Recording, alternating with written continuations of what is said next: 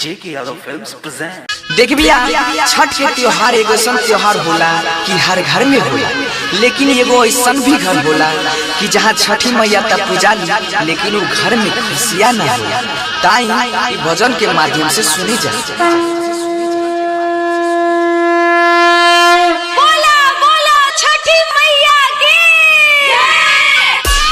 JK Yadav Films.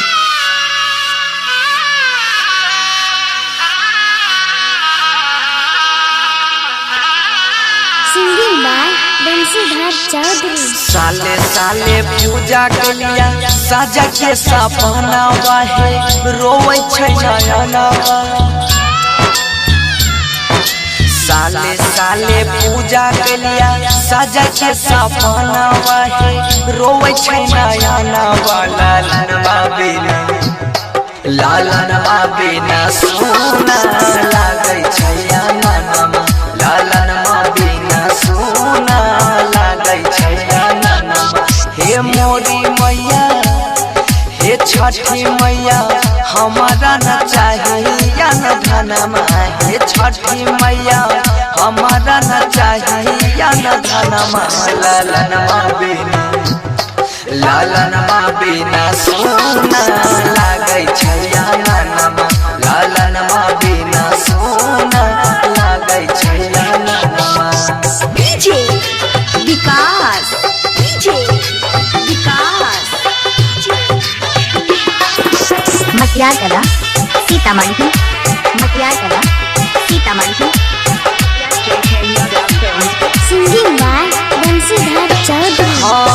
बेटिया बछनिया फेरी त नजरिया, भेलै कबहन कसूर हे। मन सब पुराई द हमर हे छठी मैया, सुपवा चढ़ई बाजरू त कहिया मैया पुरतै मोरा याद मनमा। त कहिया हे मैया पुरतै मोरा याद मनमा। लालनवा बिना सोना लागै छै अननमा, लालनवा बिना सोना लागै छै अननमा। डीजे विकास, डीजे विकास। मटियार Kala Sitamarhi, Matiyar Kala Sitamarhi. JK Yadav Films. Singing by Bansidhar Chaudhary. रही के उपास माई करै छिया पूजा, सुनिला नदी नहावा के दुख हे।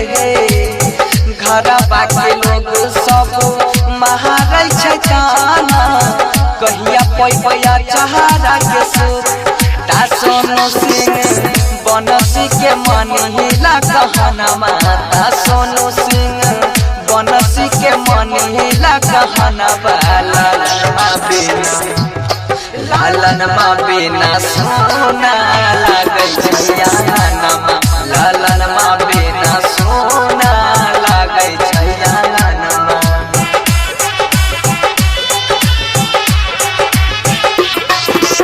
जय मां कत्यानी रिकॉर्डिंग स्टूडियो, मानसी कन्या। JK Yadav Films.